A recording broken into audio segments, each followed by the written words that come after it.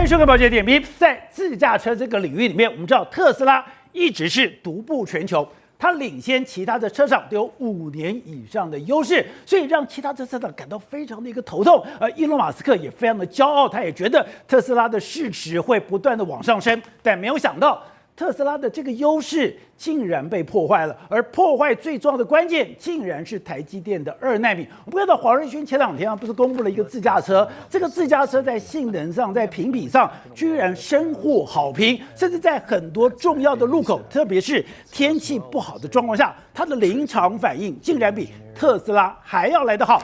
特斯拉过去可以独步全球，是因为我有全世界各个车厂没有的经验、没有的资料、没有的数据，这是我独步全球最有利的部分。但是我今天辉达没有啊，那我辉达没有怎么办呢？没有我就暴力运算，因为我拥有最先进的晶片，我有最快速的算力，我在紧急状况下，我就可以透过这个状况，我看到的、我听到的、我的反应，我做及时的处理，而这个及时的处理竟然可以做到跟特斯拉不相上下。那我们看到伊隆马斯克知道这个状况，他当然就非常着急了。伊隆马斯克马上跑去找台积电说：“对不起，你卖我2奈米的晶片。”台积电说：“对不起，我的2奈米都被包了，已经全部都被辉达包走了，没有办法。”他就说：“我不需要台积电，我跑去找韩国的三星。”就现在糗了。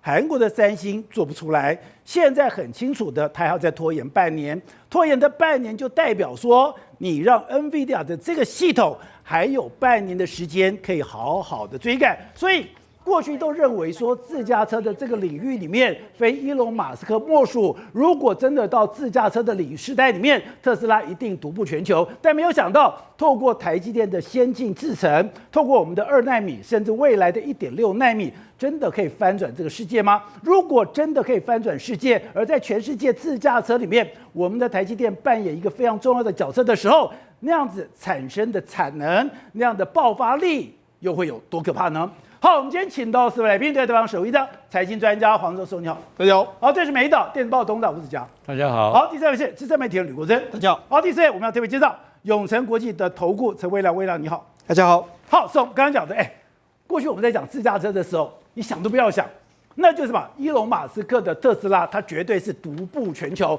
没有人可以跟他比，因为我有这么多的经验，我有这么多的数据，我这些经验，我这些数据是别人赶不上的，就没有想到。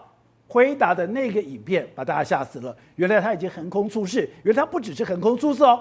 现在刚刚讲的宾士、丰田，包括了这个日产，很多的公司已经开始跟他合作了。没错，实际上我们接下来看到一场所谓的世界第1大公司之间的互相对决。为什么我这样说呢？主要是辉达跟特斯拉之间的竞争。你要说特斯拉哪是世界第一？我刚才讲，自驾车只要落地的时候，这个原本的特斯拉认为说它会是世界第一。对啊，所以我现在说，现在是世界第1市值的争夺战正式开始展开。特斯拉给他有史以来一造最高的薪水，对，就是因为你在自驾车上面你独步全球，是，只要你的自驾车可以落地，对，你要多少钱我都愿意给你，对，因为这是你的专利，这是你的特长，对，就没有想到现在伊隆马斯克过去最自以为傲的自驾车，对。被整黄仁勋一脚踹开，对，要黄仁勋可以帮一脚踹开中间的武器，对，就是我们的2奈米。所以我才说，接下来我们看到2个世界上最顶尖的人呢，他们在自驾车里面互相的搏杀。好，那我们讲他们搏杀之前，我们现在讲一些温馨的点。宝杰，你知道吗？事实上，在黄仁勋他推出第一台 DGX-1 的超级电脑的时候呢，没有人要用。2016年，没有人要用。他说他展开在会场展示的时候，怎么没有任何的掌声，没有人要用。就后来他接到一个人的电话，说：“我对你有兴趣，你可以拿来给我们吗？”那个人就是伊隆马斯克。伊隆马斯克就那时候他是在 OpenAI， 他就说：“你把那个主机拿来给我吧。”所以我们有看过一张照片，就是黄仁勋亲自送 DGX-1 送到伊隆马斯克那边，还签了名，就是这样的一个照片。难怪他们2个每次出来的时候，对，都惺惺相惜。对，难怪伊隆马斯克在说，我要把这个所谓的晶片，也是 AI 晶片，是丢到太空的时候，是大家都在嘲笑他。只有黄仁勋说：“我认同你。”没错，到之前来说还出了一个小型电脑的时候，宝杰你知道吗？黄仁勋第一个送了谁？也是伊隆马斯克。所以他们两个人之间其实有互相合作的这个精神，但是问题是现在自驾车商机来啦，没办法，他们现在呢可能必须要这一场战争里面互相的决战，拔剑相向。对，为什么这样说呢？我们讲这个礼拜的 GTC 里面来说话，黄仁勋已经讲了吗？他要发展他认为说现在是自驾车的 ChatGPT 时刻嘛，他找了一大堆伙伴啊，除了原本的丰田啊，还有这个丰田跟这个宾士之外，50啊，什么一大堆日本的、中国人全部都来了。他的意思是什么？他当然要对特斯拉发动总攻击嘛。你特斯拉，我跟你讲，这个就是苹果跟这个 Google 的翻版。对，为什么？因为特斯拉它是个封闭系统，它都自己做，它自己做自己的，它就是苹果。那这个所谓黄仁勋呢，他搞的就是 Android 那一套，我开放平台，对，所以我才说。过去在手机界里面的苹果跟 Google 战争，现在在自驾车里面，又两个又来了。像我们外行人看热闹，只看到了黄仁勋去展售他一个商品，就你告诉我，我才知道说。这是一场世纪大对决，对未来自驾车最惨烈的战争开始了。对，那你也想说，那黄仁勋你凭什么可以这样做呢？我跟他讲，黄仁勋现在有我们现在讲技术上面他们两个之间的差异。第一个，你知道特斯拉它拥有什么？过去它已经落地非常久，所以它有海量的资讯、大数据。你知道，光是今年的这个前50天，用户就贡献了10亿英里左右的这个状况，所以它就这样，它有很多的资料自己来做。我跟你讲，他的想法，我用个很简单的比喻，它就是我们人在学开车，我一直看了，我把所有的状况我都学习之后，我就靠经验开车。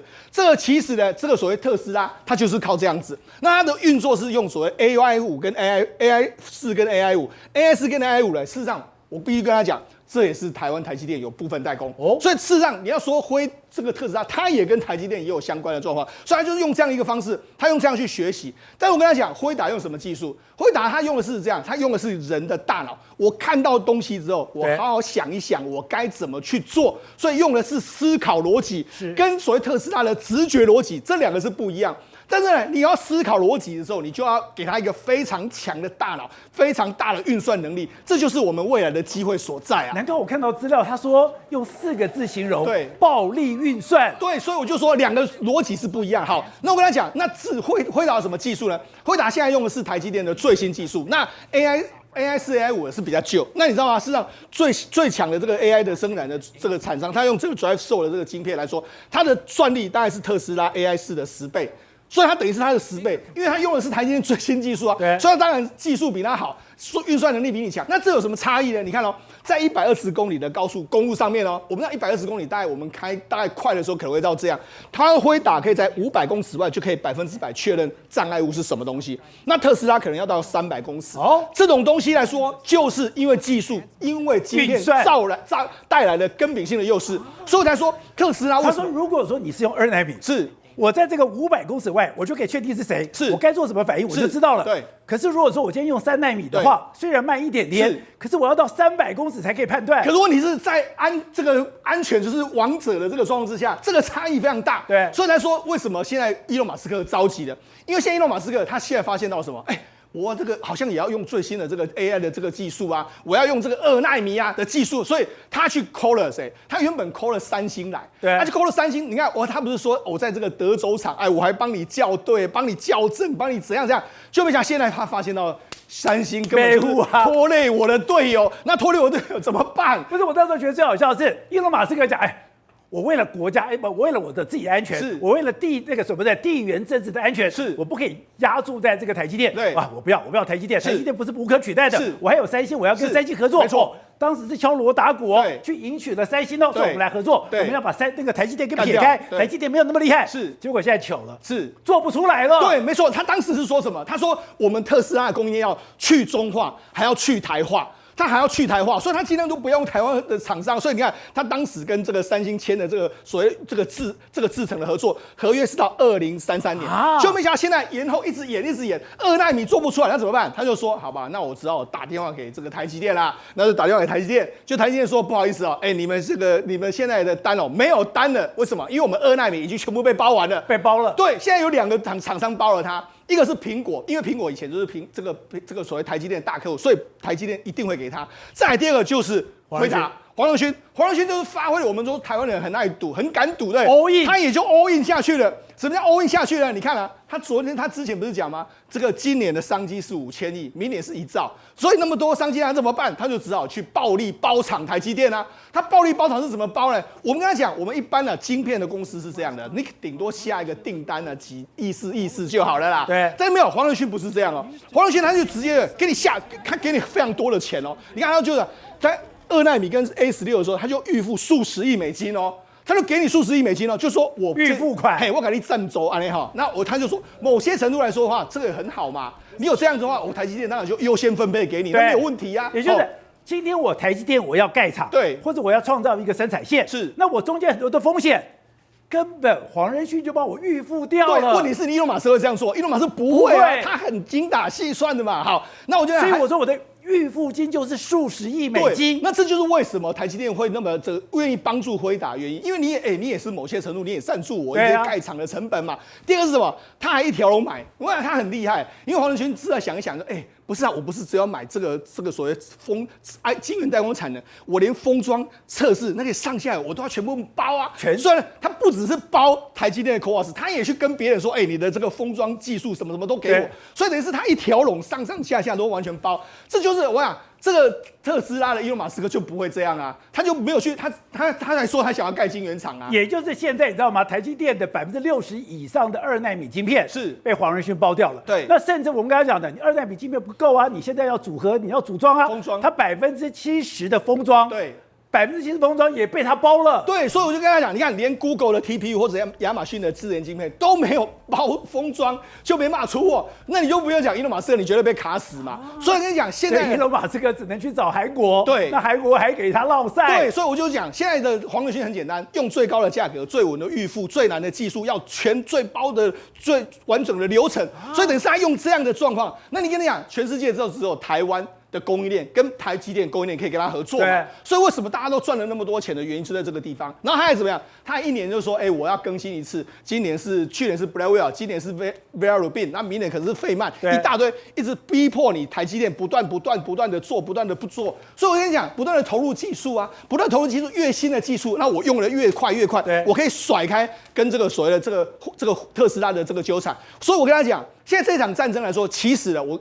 一开始当然特斯拉站的角度非常的高，对。可是我觉得现在呢，这个黄仁勋等于是他手中握有什么？他握有晶片的大权啊！他未来有最完整，因为这个晶片要用 dry throw 的这个晶片，它可以台积电有非常多产能啊。好，我除了你看，我跟他讲，现在伊隆马斯克自己的 AI4、AI5，搞不好他都没有货源。那辉达有这么完整的这个晶片，然后我还有什么 AlphaMayo 的这个解决的这个方案，然后我有大量的数据可以跟你们互相合作，我有很多解决方案。所以当然很多厂商会倒到他这边来，而且你讲到一个关键，就是我们讲乱拳打死老师傅。现在虽然老师傅在自驾车上面，伊隆马斯克是老师傅，是。可是现在黄仁勋这个地方跟他讲，宾士也进来了，对，丰田也进来了，是，日产也进来了，比亚迪也进来了，对，今天小米也进来了，是。那这些厂商在讲，虽然你单一的车子，你一年也贡献给你很多的数据，对，可是这么多的车子进来，那个数据更可怕。对，所以我才说啊，过去一段时间来说呢，你特斯拉的所有的这个优点来说，现在这个黄仁勋师慢慢把你敲开，之后，这个格局会变得完全不一样。所以来说，或许黄仁勋的这个加入之后，真的可以让自驾车的这个落地的时间比大家预期要更快，所以我们很期待自驾车能够来到我们身边的一刻。好，国正，我常讲在商场上面决定胜负都是规则的一个改变。本来按照原来的规则就是，谁的这个自驾时间最久，谁的大数据越多，谁的经验越充足，谁就是王者。就搞了半天，黄仁勋不给你搞这一套，我就给你搞暴力运算，我就搞你一个最精密的，然后我在现场去做判断。他说那个判断到什么程度，就是说。因为他要靠经验，因为他是要靠这个镜头，特斯拉镜头有的时候在雾中、雨中、大雨中，它就会变得比较慢，或者是说它判断没那么准。可是不是啊，我是完全用 LiDAR 的，我用摄像头的各种判断，所有结果有的时候它还更安全。特别还有一个更关键是在 L4的部分，也就是今天你如果去买了宾士车子，宾士车子可以给你保险其实谁敢跟你说自驾车可以改保险？我敢跟你保险，就表示我是安全的。你说在这个自驾车上面，没有想到辉达在我们台积电2奈米的帮助之下，翻天覆地了。对未来市场无可想象的、无可限量去想，因为规模就会决定规则。我们看这一次加入辉达阵营的，为什么会让特斯拉害怕？是因为你看，韩国有现代是韩国最大的车厂，中国2大车厂比亚迪跟吉利汽车都加入了，再来是日本的日产加入，然后德国已经有宾士加入了，加上 Toyota 这一波加入的是1800万，加前一波的。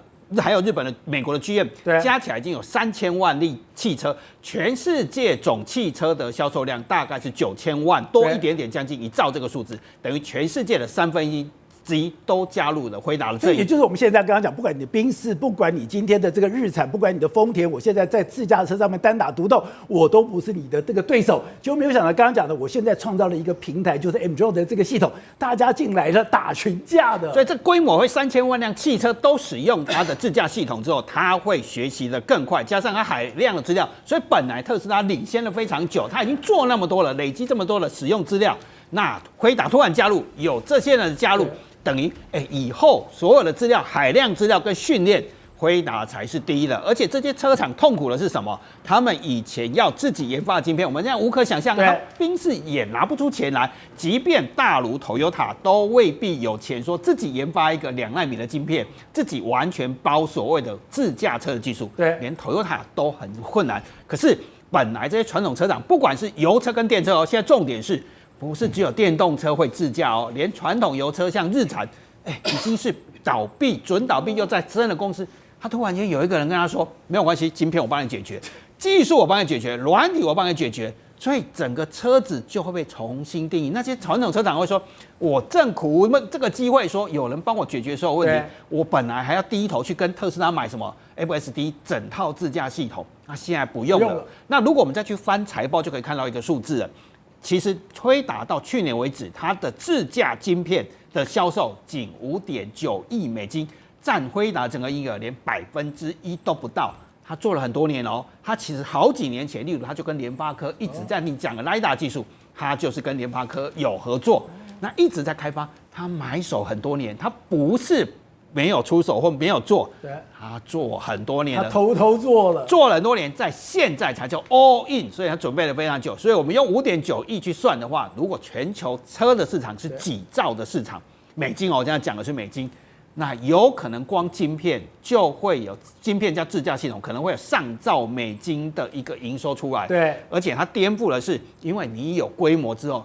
我就制定规则，因为我举一个例子关税战，川普最讨厌台湾的是什么？你老是用欧规来考我美规，因为欧洲车卖的比较好，日本车卖的比较好，现在可能会变成什么？辉达的规格胜过特斯拉的规则，那3000万辆就把整个市场就敲动了。那台湾其实才是背后最大的受益者。好，那我们看到了黄仁勋现在公布了他这个自驾车。这自驾车只是他这个一个秀公布了以后，还是说现在这个以辉达为中心、辉达为平台的这个自驾车，大家已经都开始进行测试了。对，好，这次还不止测试这个如果你看 GTC 大会，还看到了辉达，当然它本来就有它的机器人计划了。跟鸿海本来就有合作，他这次还邀请什么联想电脑去一起建设中国的 AI 基础建设，他还把一个人邀请去演讲，宇树科技的王星星也去邀请演讲，因为他往下是要开始做什么实验，大量的机器人实验。当然我们看到他自驾车把比亚迪跟吉利都纳进来面了。黄仁勋是意图是要把整个训练系统完全架构起来所以他是一口气是车子也要训练，机器人也要训练。是一口气要超越特斯拉所以特斯拉同时这2个东西也存在了。可是黄仁勋就是 all in， 就是用暴力的方式去破解这件事情。刚刚按照石总讲的，他们俩已经亲如兄弟，他们2个以前是惺惺相惜，结果现在2个人是最强的竞争对手。在科技的世界里面，最后只有个王者，每一个 AI 世界最后这个王者，就跟我们过去看到的搜索引擎只有 Google， 看到影音只有 YouTube。看到作业系统只有微软，未来在这个世界里面也只下会一个王者。好，那现在他讲说黄仁勋来台湾好像都很客气，可是你说他是一个非常抽残、非常霸道的人。刚刚讲的，你今天包台积电的2奈米是你台积电2奈米在厂子在干的时候，我就给你几十亿美金的这个所谓的预付款我也不急着跟你要回来，你只要给我做出来，我就给我只要有优先采购权就好了。还不止如此，我价格没有再跟你这个怎么啰嗦的一个2奈米，一个3奈米的一个晶片，一个几8万，晶片几8万，这个钱他也这样付下去。而且他现在嘛，今天的记忆体或者很多东西，我只要看上，觉得我重要，我全买了。所以他告诉记忆体厂什么话，你知道吗？你现在不管盖多少的记忆体的产能，我全都要。所以现在我们大家在担心说，美光扩产的资本金支出太大，其实大家都过度担心了。因为我举一个例子哦，现在要盖一个2奈米的晶圆厂，从前面的筹划到真正能够大量商业化是要4年。所以黄仁勋很看清楚一件事情。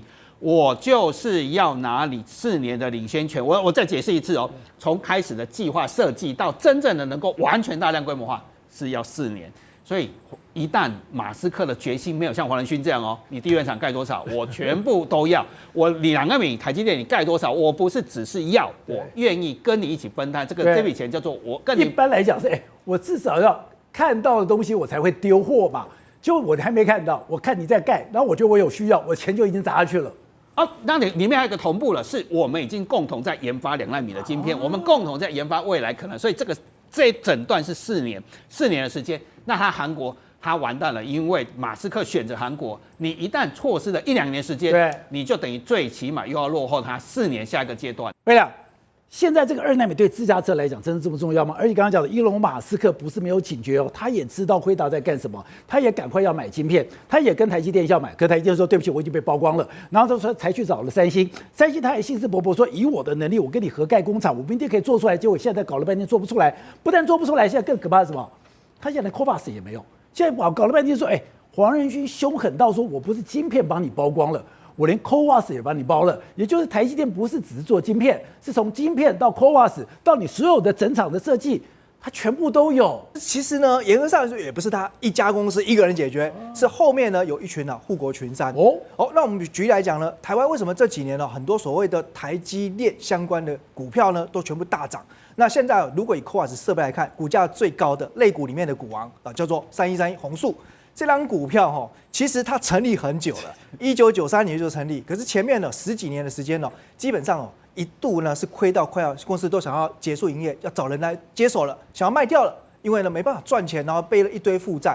那后来呢，就是因为其实先从呢锁定在整个封装设备领域里面，他发现说，其实当时大部分的国际的厂商都是把管在这个前段制程，他决定呢切入到后段制程。那因为后段相对来讲他不会要呢最好的材料那对于呢良率上面呢，可能也比较有一些放宽的条件。那从此呢开始练兵之后呢，先打入了日月光细品。那也因为有这样子一层因缘关系之后呢，再进一步透过日月光呢，有去接触到台积电。对，后来台积电也觉得确实因为以前跟一些国外大厂合作，最大的痛点之一是什么？就是呢，你常常反映一个问题，那丢回去之后呢，在它改善再回来回馈之后呢，可能这中间的来回过程就需要2个月。但台湾的厂商就是愿意拼，所以呢，你问题给他，明天后天2天之内就解决了。所以从一开始呢，一般的这个封装的一个设备里面，慢慢开始聚焦之后，后来现在的执行长他是在2014年上任之后，他把其他产品线全部都砍掉了。我下定决心做一件事情，全赌在台积电。他认为台积电将来一定制霸先进封装，那我就把所有公司的人力资源全部就投入在这边。我要活就跟着你活，要吃我就跟你吃香喝辣，要死就一起死。拼到底，说难听一点，对，如果不行，那我也认了。那所有的希望就放在台积电。赌这么大，真的赌对了。所以可以看到呢，这几年它的业绩就大幅起飞。光是2023到2025年，它的营收从35亿爆喷到65亿，股价现在还高过它2000块以上。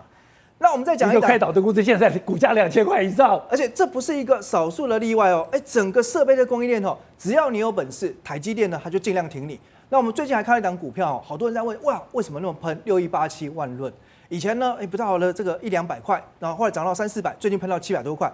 万润其实以前也是的，杂七杂八做很多东西，它做什么？做像 LED 设备。好，那其实后来 LED 就完全就是杀价流险的这个红海市场了。那后来慢慢找到一个新的蓝海，因为呢，既然它有 LED， 它懂光，所以呢，其实光的物理特性就很不一样了。电呢，你还可以弯，还可以绕，光一定是走直线，而且呢，像现在最夯的是什么 AI 晶片，现在要用细光来传输。它是不可见光，所以你没办法用视觉去做定位。那它用以前它光的一个经验呢，现在就投入到呢，从 CoWoS 的设备再到 CPO 设备，那一样可以看到就是呢，业绩推着股价。现在我认为啦，台积电当然呢，因为它明确的就是呢，制定了在2030年以前，台湾的本土的采购比率希望达到60%。那最近呢，其实常常看到台积电的资本支出受到大家讨论，像今年呢就破纪录，要来到上看560亿美元，明年可能650亿，那后年呢到700亿美元，差不多每年都是将近2兆台币的规模。那大家想，2兆台币，你如果呢有60%的这个商机在国内，大概每年都1兆多。对。那其实台湾这些所谓的中小型公司，大部分的股本只有几亿、10几亿，那你只要能够呢，分到一杯羹，跟着台积电一起成长，那当然呢就有机会大幅度的成长了。57台每晚9点，宝洁点兵点出全球战略新布局。